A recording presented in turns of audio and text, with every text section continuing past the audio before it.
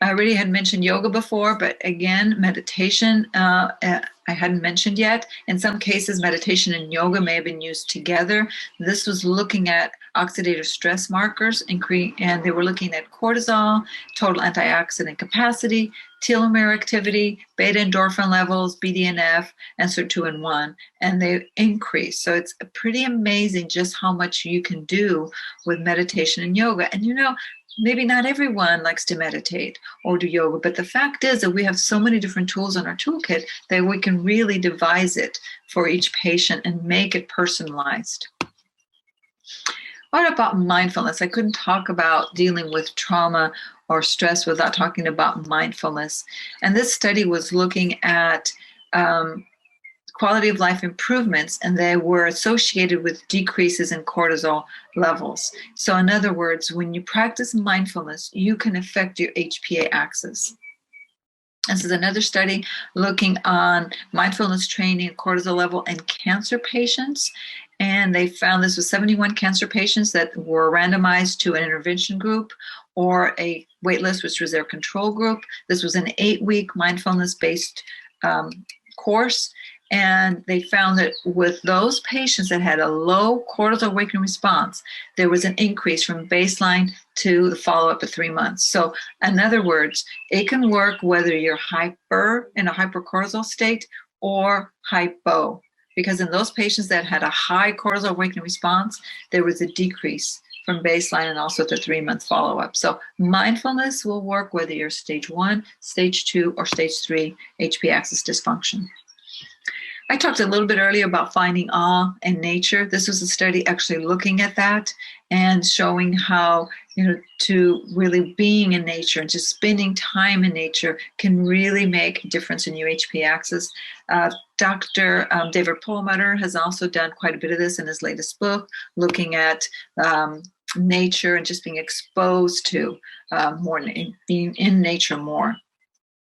And I want to go through some of the other treatment modalities we have available. The next ones were all also covered in Dr. Bethel Vanderkalk's book. This one is looking on neurofeedback in chronic PTSD patients. And when it comes to neurofeedback, I'm really careful about who I refer to because, you're actually dealing with your neuropathic pathways in your brain. So I mostly refer to those that have been trained by Dr. Deborah Simpkin or her center at Emory University. But again, this was showing improvements in PTSD symptoms in patients after 12 weeks of neurofeedback training. Eye movement desensitization and reprogramming, or EMDR, pretty amazing literature. There's some studies looking at it with cognitive behavioral therapy and others without. And this has also been studied in children where you were working with a parent and the child that were victims of trauma, for example. And this is a study that was looking at the cortisol response after EMDR treatment in victims of rape, and there was a significant decrease in salivary cortisol. So pretty important to consider EMDR. Now, I have used quite a bit of EMDR in my practice, but I find that it works better when I use it with brain spotting or when we do brain spotting alone. In other words, you have to really find what works best for each patient. Sometimes it's like that key lock phenomenon, as I call it. That's in many cases, many keys can enter a lock, but usually only one key will turn it. So it is with patients. I have patients where EMDR takes them so far, but it may not really completely help those reprogram their brain or sort of get out of those loops and create new neuronal pathways. But brain spotting, I've had amazing results with. So with brain spotting, you're actually using your gaze to figure out the spot in your midbrain or your reptilian brain where these trauma memories are recorded. And when you do that, then you're able to process, sort of physically process the trauma, what happened. With EMDR, some people like it better because you don't necessarily have to relive the whole trauma. With brain spotting, you sometimes do, especially certain parts of it. But in my experience, I've had amazing results with it. And what about EFT, emotional freedom technique? This was looking at using EFT for PTSD, and this was a meta-analysis, and it found that 4 to 10 sessions resulted in a beneficial treatment for PTSD. I've used it in adjunct with other things because EFT, I can teach a patient right in the office how to do it. I find that it's really important what you, sort of the sentence that they say while they're doing the tapping. And by the way, the tapping has been associated with meridian areas in your face, or in your body, I should say. Aromatherapy, there was this 2 studies looking at aromatherapy and stress management, and they found that they actually reduced salivary levels, but it was limited to the amount of time or during which they were doing the aromatherapy. In other words, when they went back and retested patients, it didn't, the gains that they had gotten during the study didn't continue. So it's a way to help patients with stress management, but just realize that it's temporary and you need to be doing other things along with it that could be more long-term, in other words. And then I just thought this was interesting and I had to throw it in here, and it's looking at navel relaxation. So navel breathing and navel massage can actually help patients relax and go into a more relaxed state. This is looking at sound, and there's quite a few studies now looking at sound healing. This was looking at it in fibromyalgia patients, and it found that there was actually a good treatment to lower someone's cortisol levels, and they were also looking at chronic pain. There's a few more lists there for additional resources, and I have quite a few that you can look at your leisure. Chewing gum.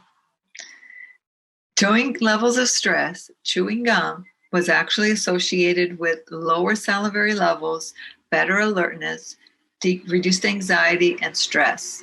And it's thought that it may be because you're actually increasing oxygen delivered to the brain. Nobody really knows the exact reason but that it works. Yes, it does.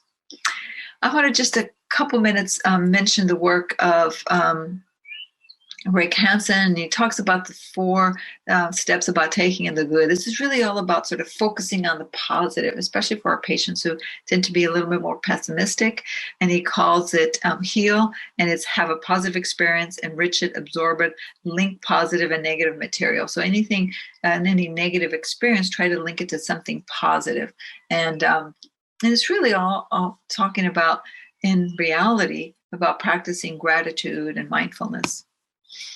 So how do we adapt all this and then help our patients change? Because it's not easy to change even when we want to change, right?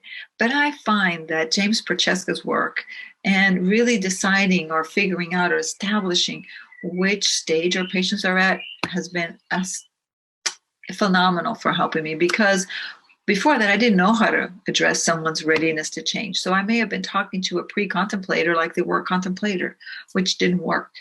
But now that we know about the different stages, pre-contemplation, contemplation, preparation, action, maintenance, and termination, that makes, has made all the difference for me, and really helping to figure out sort of what is impeding the change and revisiting the history and really personalizing the tools for our patients. This is the book I was mentioning by James Prochaska. And there's other books out there, but the main thing is that this one really gives us tools that we can utilize.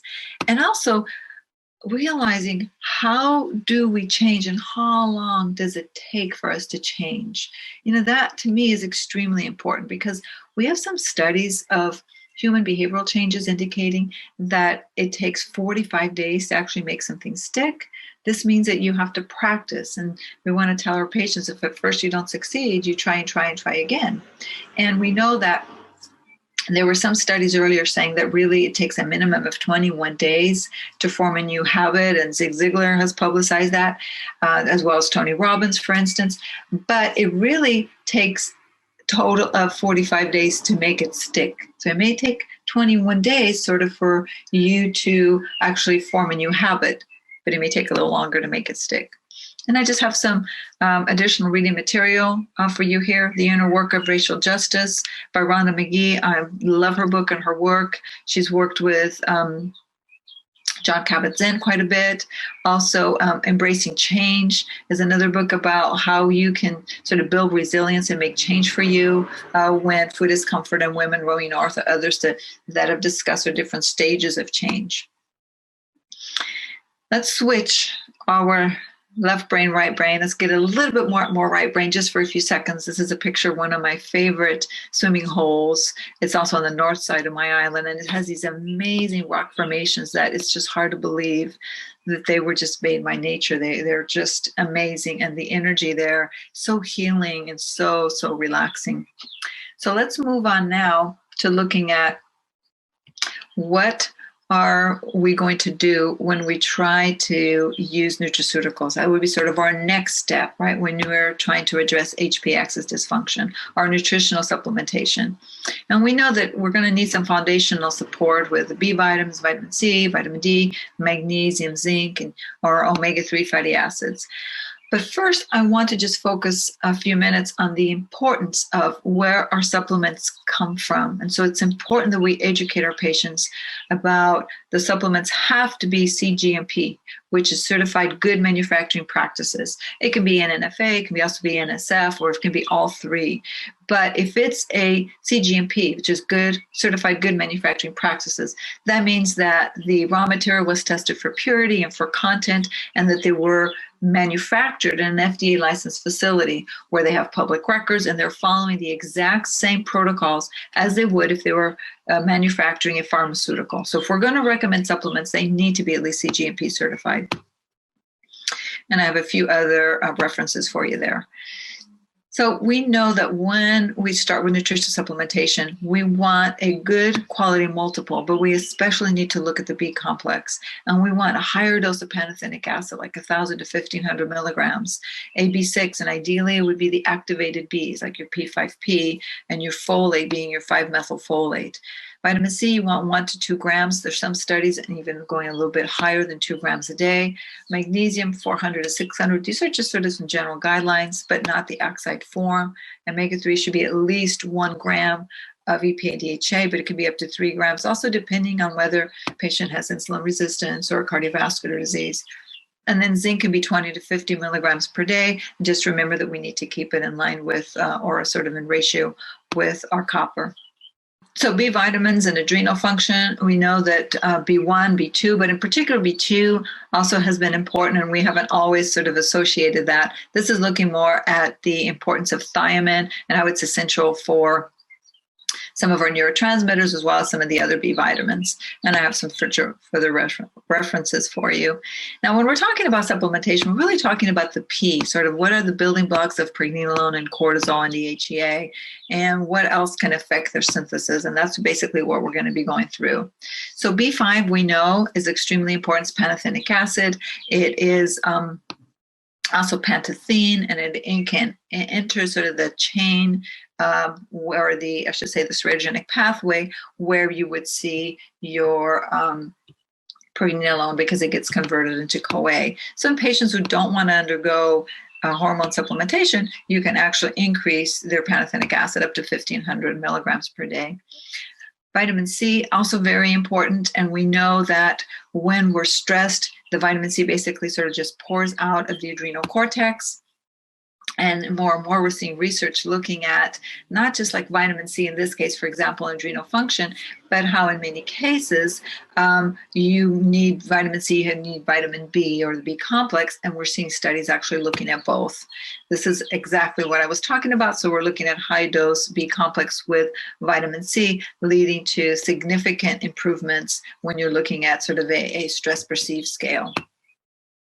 Magnesium, one of my favorite minerals. We know the magnesium deficiency can actually sort of intensify your reaction to stress. And low magnesium, particularly associated with high calcium levels, increases the release of your stress hormones, which in and of itself further lowers your magnesium levels. And we know the magnesium deficiency puts you at risk for a lot of cardiovascular disease as well as arrhythmias, for instance, and hypertension. Zinc, I had mentioned that we may want to use a little bit higher levels, up to 50 milligrams. Now, zinc is is a cofactor in over 300 different enzymes, or human enzymes, I should say. And we know that stress in of itself lowers our plasma zinc concentrations, and it's important in inflammation, immunity, depression, oxidative stress. So zinc is extremely, extremely important. And remember that in some patients, you may need to go a little bit higher. Usually if they're on at least 1 gram of copper, I can push them 30 milligrams and even up to 50 milligrams per day.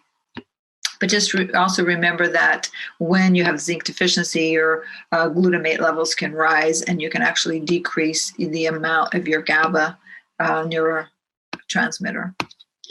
There's a few more references for you on zinc. And this is exactly what I was talking about, that now we're seeing more and more studies looking at key nutrients. So in this case, we're looking at essential fatty acid, B vitamins, vitamin C, magnesium, and zinc as really helping with reducing the stress on the body. And plus, we know that they can help with your cognition as well as your synthesis of hormones and other neurotransmitters. Vitamin D, the sunshine vitamin. It's amazing, all the research on vitamin D, but I particularly want to focus on how vitamin D supplementation can actually help your immune response. So in other words, if your vitamin D interacting with stress can reduce the risk of a latent virus reactivation. So a reactivated virus such as EBV. Why is that important? Because when you're under a lot of HP axis dysfunction, you can have a higher risk of reactivating some of the viruses you've been exposed to. Omega-3, I had already mentioned the importance of it and how we can, the omega-3 fatty acids can actually blunt the stress response. And so we want to make sure that we're measuring our levels in our patients, but if they're not able to, they need to be at least on 1,000 milligrams EPA and DHA daily. This is a meta-analysis that was looking at essential fatty acids, B vitamins, vitamin C, magnesium, and zinc consumed as dietary supplements to actually, in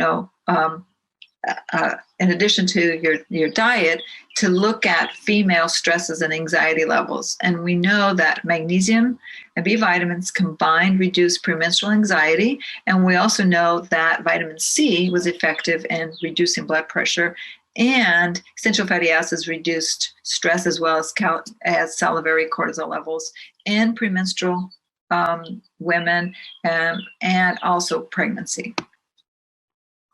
So when we're looking at our nutritional supplementation, remember that whatever we do in terms of supplementation, we're going to pretty much be the same thing, whether you're stage 1, stage 2, or stage 3. When we're talking about adaptogens, we're going to change that a little bit. We're going to look at what stage of HP axis dysfunction they are, stage 1, stage 2, or stage 3. So we're going to go through those more in terms of stages, and then we'll do this sort of the same thing when we're talking about hormone replacement. So here we're talking about our S and our PTSD mnemonic. And I want you to think of adaptogens really as sort of it's a ingredient or a botanical that's going to help our bodies adapt to stress. And some are going to work more if your level of cortisol is high, and some will work better if the level is low, because it all depends where they're acting and where their effects are. But also we know that the adaptogens can work through a variety of areas. They can increase your nitric oxide level. They can increase or decrease your cortisol depending on which one you're talking about. But basically, there's different, or I should say, a series of mechanisms that they can work. And we know that different adaptogenic herbs may be more appropriate for hypocortisol state and some for hyper. So we're going to go through our sort of adaptogens based on the stages, right? We always remember our 3 stages, stage 1, stage 2, and stage 3, and we're going to develop a protocol for our patients based on that. So let's first start with our hypercortisol state. So these are some of the supplement or botanical interventions you could use. Things like ashwagandha, holy basil, theanine, 5-HTP, passion flower, valerian root, kava kava, romania, schizandra, polygala. And we're going through each of these in detail. We know that ashwagandha can lessen your symptoms such as depression. It can increase cortisol. It can work on your cognitive deficits. Now, ashwagandha is one that you could actually use whether it's stage 1, stage 2, and stage 3. In general, we want to sort of divide the plan whether you're hypercortisol or hypo. Ashwagandha is unique in the sense that you can use them in all three, but you want to use them along with other adaptogens. And here's some of your references on ashwagandha. We know that ashwagandha can boost brain function. It has a cholinergic agonism, and so it's important in supporting cognitive function, reasoning, critical thinking, and you can devise sort of how much you're going to use depending on whether you're doing the ashwagandha powder or you're doing a supplement. So you could do 5 grams twice a day if it was a powder, or 600 milligrams to 1,000 milligrams twice a day of a supplement or capsule, for example. And we know that it can support the HPA axis function. It has some sedative as well as tranquilizing properties. And traditionally, it's been used in all condition of weaknesses, whether it's due to illness or overwork or sleep deprivation or even sort of exhaustion. Holy basil, also known as Tulsi. Now, holy basil is one that there's not a lot of literature on there. It's there and it's gained a lot of popularity, but maybe not as much as you would see, for example, with some of the other adaptogens such as ashwagandha or rhodiola. But remember, it's a member of the mint family. It has anti-inflammatory, antibacterial, immune boosting. It can increase your antioxidant capacity. It can be an anxiolytic. It works to lower your glycemia. And the actual hypoglycemic effects are believed to be mediated through the inhibition of cortisol. So it works to lower cortisol levels. L-theanine, pretty amazing. So it's an extract of green tea. It's actually an amino acid. Human studies have shown that oral intake of theanine can attenuate that sympathetic response to an acute stressor. And the nice thing is theanine works right away, so you can give it and see its effect immediately. It increases dopamine and serotonin levels in the brain, and it may account for, we think, it's a sort of anxiety-reducing activity. It can also increase alpha brain waves. That has been shown in 2 human trials. And the nice thing is a single dose, as I said, can work immediately. And you can use up to 800 milligrams of L-theanine. Valerian, unlike theanine, doesn't work right away. So you can use it, but you need to use it a little longer term, 400 to 600 milligrams prior to sleep. Whereas with L-theanine, you can use 800 milligrams, for example. I usually start with 200, but you could use up to 800 at bedtime, or you can also use it during the day. Especially if like someone who has insomnia due to elevated cortisol levels, you can use up to 800 milligrams. There's some studies using 1,200 milligrams, but that was divided throughout the day. So with valerian, although you can use 400 to 600 milligrams prior to sleep, and we know that it can actually help repair some of the injured nerves in the hippocampus, you need to use it longer term to see an effect. 5-HTP, we don't often think about it as an adaptogen, but it actually is. It's synthesized from L-tryptophan, which is a chemical precursor and for the biosynthesis of neurotransmitters, serotonin and melatonin. And we know that it's able to modulate arousal levels, and you can actually induce a long-term improvement in sleep. Now, usually with 5-HTP, I start really low. I'll start maybe at 50 milligrams, but we know the common dosing is 100 to 200 milligrams before bedtime. With 5-HTP, there have been some concern on patients who are taking an SSRI, if they could actually add 5-HTP. I will only add it at a low dose, like I may start 25 or 50 milligrams. There has not been a case documented of serotonin syndrome, although one case that was initially thought to be turned out not to be. But usually I will add it at really low dose, and it's usually in patients where I'm actually decreasing an SSRI, or a patient has already started to decrease. Passion flower, also known as maracujá. It's in Brazil and in Portugal. It's been used throughout the world. There's some ancient sort of report describes the use of this plant in spasmodic disorders and insomnia of the infants and the old. The dose is 400 to 500 milligram caps. It also comes in liquid, and you can use either 45 drops of the liquid. You can also do it as a tea, the passion flower flowers, for instance. And it's pretty amazing because there's some studies that compared it to the anxiolytic effects that you would get similar to what you would get with a benzodiazepine, for example. And you have some other references for you. There's some studies looking at sort of do herbal supplements work, and we have now more studies that are looking at your meta-analysis. And so there's some studies actually looking at extracts of passion flower along with kava, lysine, and arginine. But my only concern with kava, for instance, is that you want to make sure that you are checking for the potential of the hepatotoxic effects. And I have a few, some studies coming up on that you can look at for that. So kava has been used for anxiety disorders, stress, insomnia. Just be careful with the risk of hepatotoxicity. And here's some other references for kava. Romania, one of my favorite adaptogens. So it's replenishes exhausted reserves, nourishes the blood balances blood sugar.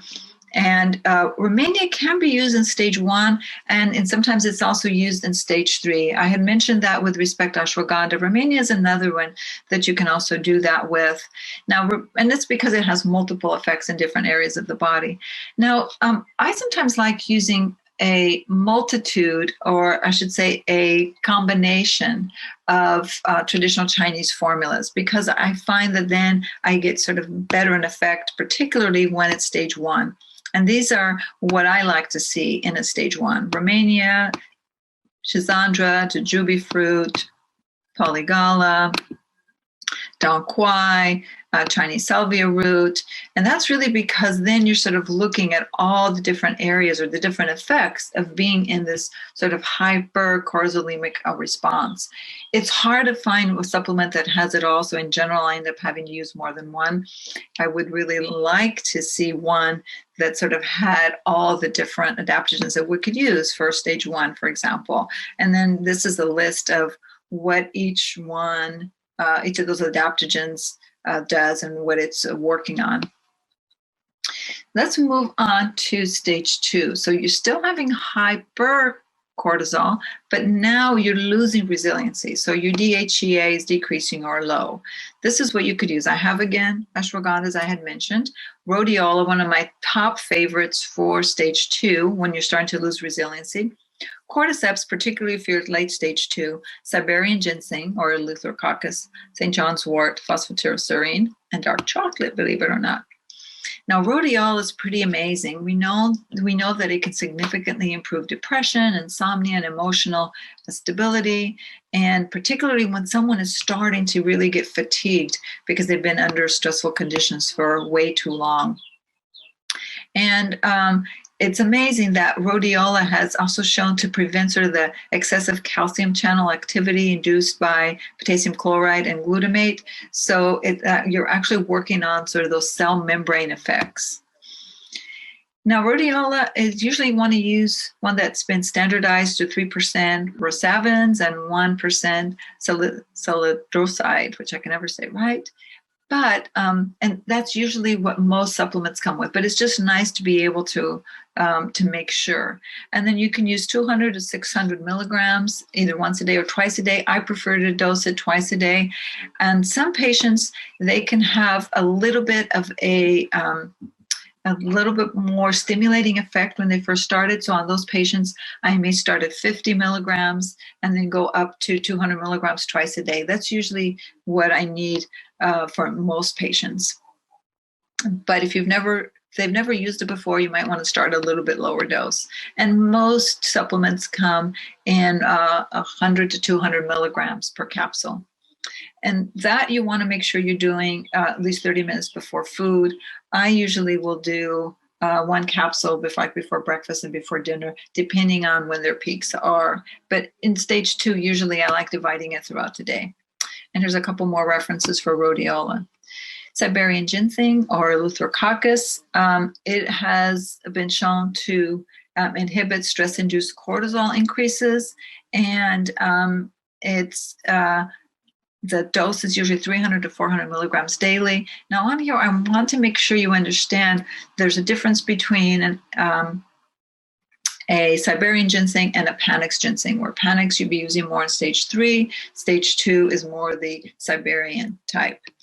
And I'm not an expert at this. This is just what I've learned and learned to apply it to patients.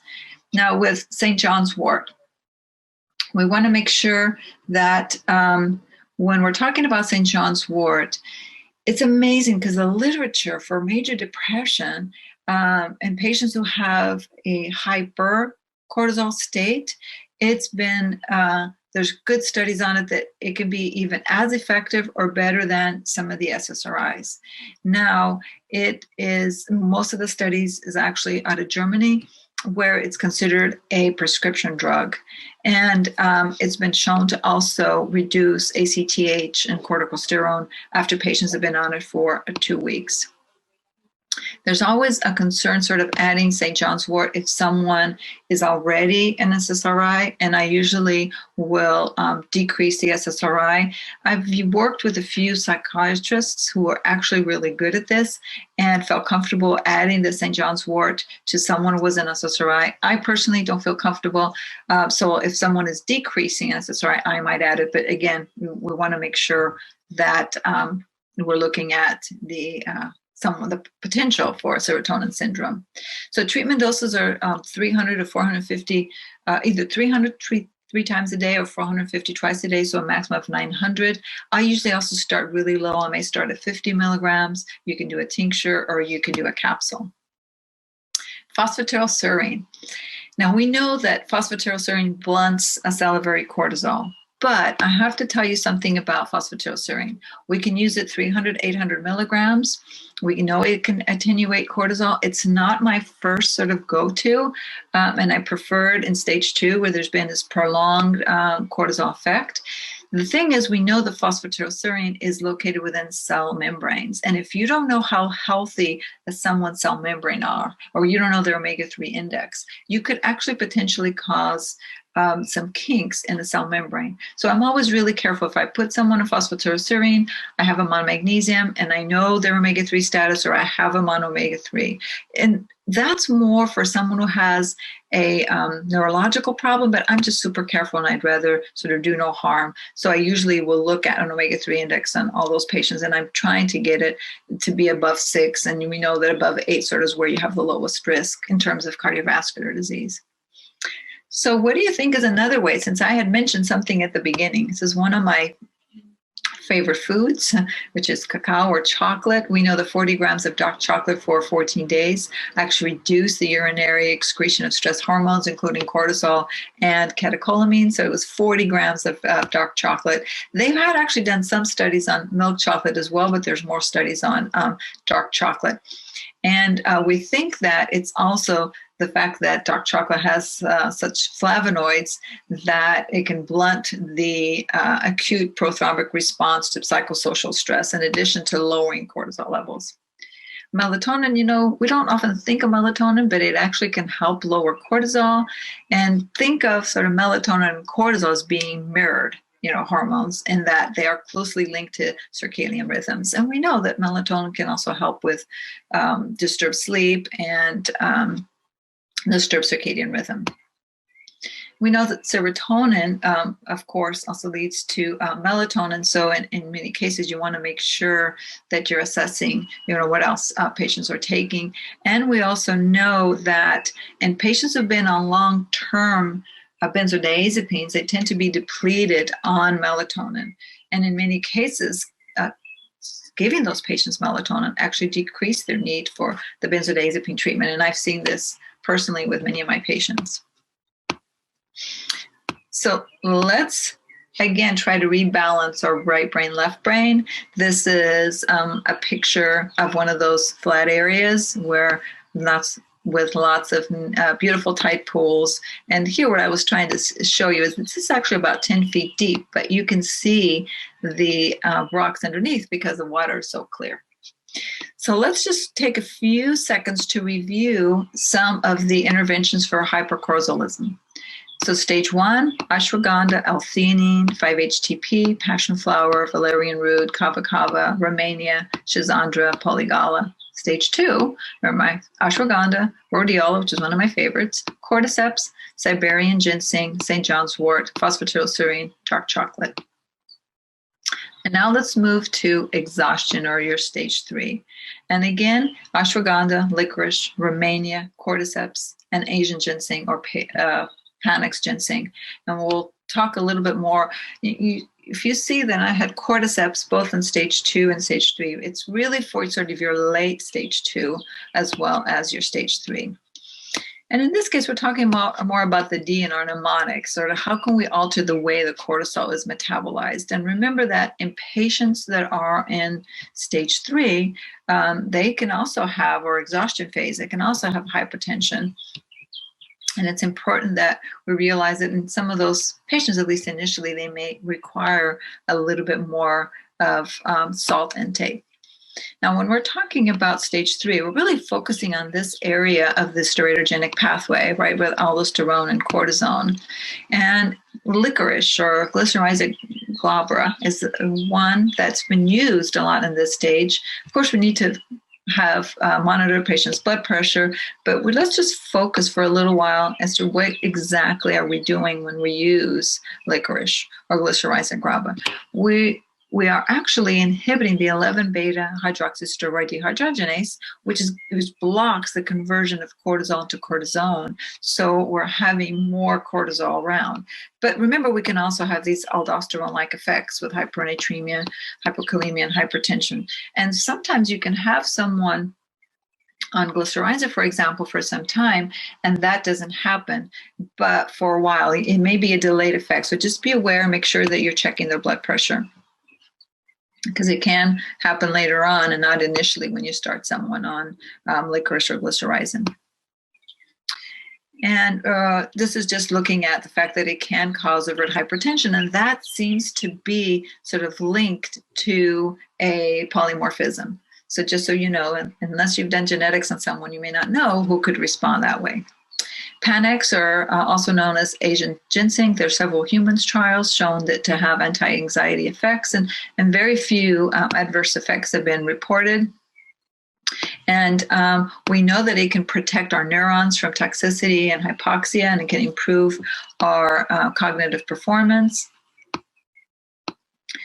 And it's been also shown that it can actually increase sort of our endurance when you're looking at exercise testing, for instance. Now, Panax is usually standardized to 4% ginsenosides, and the dose is 100 to 200 milligrams per day, so usually 100 twice a day. And it actually works by improving the corticoid response and the corticotropin feedback loops within the HPA axis. So you're basically sort of upregulating, if you will, the HPA axis. And here's some further references for you. Let's move on to cordyceps. I hadn't really covered it when we talked about stage 2. Now, it's thought to actually increase cortisone production, but we know it also decreases blood glucose without reducing plasma insulin levels. That hasn't been shown. And it can also protect your kidneys. There's quite a bit of information also on cordyceps and immunity and helping with your immune system. We know that you can do either a gram twice a day of the actual cordyceps or 800 milligrams of a cordyceps mycelium extract that usually contains 4% cordycepic acid and 0.25% adenosine. And you can even find like a cordyceps powder for a tea, for instance, that has been pretty famous among some of the athletes. So let's just review the adaptogens for stage 1, stage 2, and stage 3. So with stage 1, we had already gone through it. The ashwagandha, theanine, 5-HTP, passion flower, valerian root, kava kava, Romania, schizandra, polygala. Stage 2, ashwagandha again, rhodiola, cordyceps, Siberian ginseng, your St. John's wort, phosphatidylserine, and your dark chocolate. And then your stage 3, ashwagandha again, licorice, Romania, cordyceps, and Asian ginseng. Now let's just take a few minutes and look at, so what are we doing? We've done the lifestyle behavioral modification piece. We've added our nutraceuticals. Now we've added our adaptogens. And what would we do next? Well, it really depends on what's going on with the patient, right? This is just to remind me to, again, balance your right brain, left brain, and remain serene, because this is a very serene place. Let's focus now on what do we do in terms of hormone supplementation, because there's basically sort of 3 hormones. There'll be 4, considering with melatonin, that you can also utilize, as I mentioned earlier, because it offsets it's balanced with cortisol. But for supplementation, we're really focusing on 2 main ones that I use, which is DHEA and pregnenolone. There's also cortisol, and I'll be covering that, but I have not used cortisol supplementation in about 15 years. And that's because if you do cortisol, you're only utilizing it to try and get patients sort of functioning again, because you don't want to make them dependent. You want to get to the root cause. And that's why hormone supplementation is really all about a delicate balance and knowing what's going on in the steroidogenic pathway. Right? Because if you're using an upstream hormone, you know you're going to have more downstream effects. And so you want to make sure that you're taking that into account. So DHEA and pregnenolone, I said, were my mainstay. Now, DHEA and pregnenolone both, I only use sublingual, because by using sublingual, I can use lower doses and I will have less side effects. Plus, I get more sort of tissue penetrability. I know that if I'm using something sublingual, even though there are more studies on using oral at much higher doses, with sublinguals I can use much lower doses, have less side effects, and also usually get more tissue penetrability. So DHEA is going to be dosed differently, whether you're a male or a female. So in females, usually we require a little bit less. So in females, you can have 5 to 25 milligrams twice a day. And I rarely go above 25 milligrams total per day. So usually 12.5 milligrams twice a day. In males, you can go, the literature, we see 10 to 50 milligrams twice a day, but I rarely go over 50 milligrams a day. I've never gone over that sublingually. And most of these, as I said, most of the studies are oral, but I'm using sublingual because I can get by with less side effects. And I feel I get better results and more tissue penetration. Remember, we always have to look at too much. DHEA can go downstream. It can be aromatized to estradiol. It goes from DHEA, can go to testosterone, and then through aromatase to estradiol. Pregnenolone, the hormone of memory. And remember, we're always measuring, right? We're measuring levels, whether it's DHEA or pregnenolone. Usually pregnenolone 10 to 50 milligrams twice a day. I rarely go above 50 once a day, because I'm using sublingual. And remember, pregnenolone comes up higher on the steroidogenic pathway. It's a precursor to DHEA, estrogen, progesterone, and testosterone. And too much of either can cause acne and drowsiness. But the DHEA can also, because it can go directly to testosterone, you can see a lot more aggressiveness and hostility. Now, remember that DHEA tends to go more towards estradiol in men and more towards testosterone in women. And that's just because of the enzymes that we have more upregulated. We know that DHEA can actually improve rapid eye movement, sleep, and this is a study that was actually looking at DHEA sort of restoring the mind and the body. And DHEA, as we know, is a precursor to androgens and estrogens that I mentioned. There's lots of literature on using DHEA in patients with autoimmune conditions where they've actually used much higher doses than what I'm recommending here. But in any case, you still need to worry about it going downstream.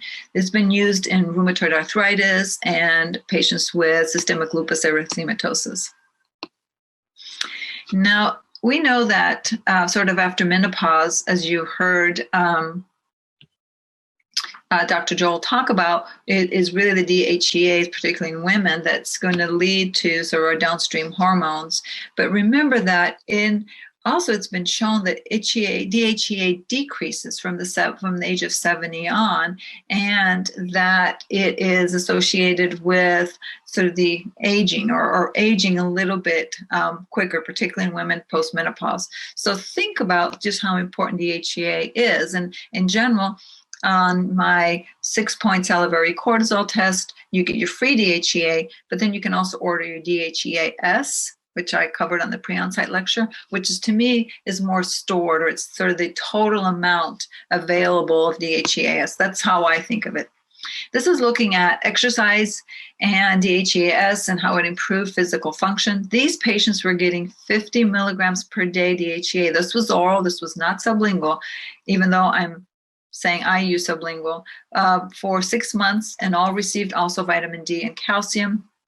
And they participated in a 90-minute, twice-a-weekly exercise regimen, and the conclusion was that the DHEA supplementation improved lower extremity strength and function in frail women, and that were involved in this sort of gentle exercise program of either chair aerobics or yoga. There's also quite a bit of literature now on using a topical DHEA, particularly for vaginal atrophy. I just put some citations there for you. And in those cases, it's usually 10 milligrams per gram. And you do it 1 gram daily for 7 days, and then 1 gram 3 days per week. So initially 7 days straight, and then 1 gram 3 days per week. Now, remember that the vagina does not have aromatase, so the DHEA stays as DHEA and does not go downstream. So that's something that you can use in patients that you may not necessarily need to check the downstream metabolites. When these studies first came out, I actually did check the metabolites just to make sure, even though studies show there's no aromatase in the vagina. This is another study looking at DHEA in whether it would help in and would allow someone who was on prednisone to actually decrease the amount that they were taking. And yes, there was, so that we know that in someone who you're trying to get off of prednisone or corticosteroid, you can use DHEA, and they were using super high doses up to 200 milligrams per day. So here's my protocol. When you're dosing DHEA, get your baseline serum DHEA sulfate and your salivary DHEA, because that's your free. Start with low dose. I start with 5 to 10 milligrams sublingual for women and 10 to 25 sublingual for men. I rarely go above 25 sublingual for women and 50 for men. Retest in 6 to 8 weeks. And with the same technique used in step 1, and then make sure you're looking at your downstream metabolites. And you can do that through your 24-hour urinary cortisol levels, for example, but you can also test your estradiol, your estrone, for instance, to make sure that they're not going downstream and that the body is keeping as DHEA. And usually when you're doing these levels, because you're using low-level supplementation, it usually will stay that. Even in some of the studies on rheumatoid arthritis and SLE, where they were using really high levels, up to 100, 200 milligrams per day, when we went back, or when the studies went back and looked at, were they going downstream, they tended to actually stay as DHEA, but we still need to make sure we're practicing good medicine. We want to make sure that we're looking downstream. And then depending on, once you repeat your 6 to 8 weeks, you either decrease or maintain the same dose. Depending on whether they're stage 2, stage 3, you may need to dose for a little longer. In general, I need at least 3 to 6 months, depending on whether they're stage 2 or stage 3. I always have someone ask me about 7-keto DHEA. I've used it. Initially, it was thought to be better because it wouldn't go downstream. My experience is that it can go downstream, so I actually don't use it. I use just regular DHEA. We have studies looking at both DHEA and pregnenolone as a treatment adjunctive in patients with schizophrenia, and it was associated with mood regulation and cognitive performance.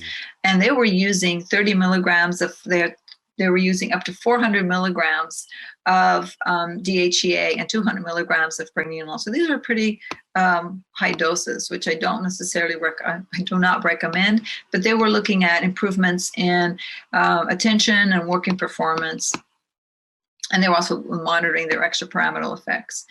There's some studies looking at pregnenolone actually helping with low back pain And this was 100 milligrams for 1 week, and then 300 milligrams for 1 week, and 500 milligrams for 2 weeks. Again, much higher doses than what I'm recommending for us to use for HP axis dysfunction.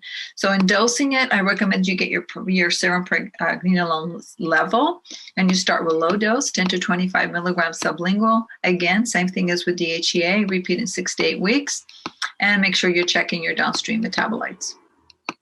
And again, most patients will need about 3 to 6 months.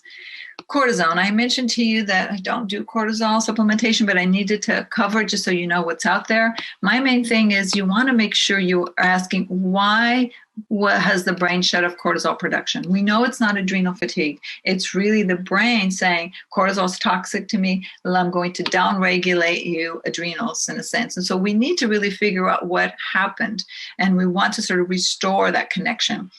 And there are some references that you can use for oral hydrocortisone. The only time I actually see a use for it is like your severe chronic fatigue syndrome patient that can't even get off the couch. You sometimes may need to start a low dose just to sort of get them going while you're doing all the other things we talked about, the lifestyle, the nutrition, the adaptogens, and the nutraceuticals. So with dosing it, you would have to get levels of your cortisol, your DHEA, and your DHA sulfate, as well as your pregnenolone. We've already discussed that. And I would start with very low dose, 2.5 to 5 milligrams, and then retest. And if you're ever going to use it, I usually would not use it for more than 2 or 3 months.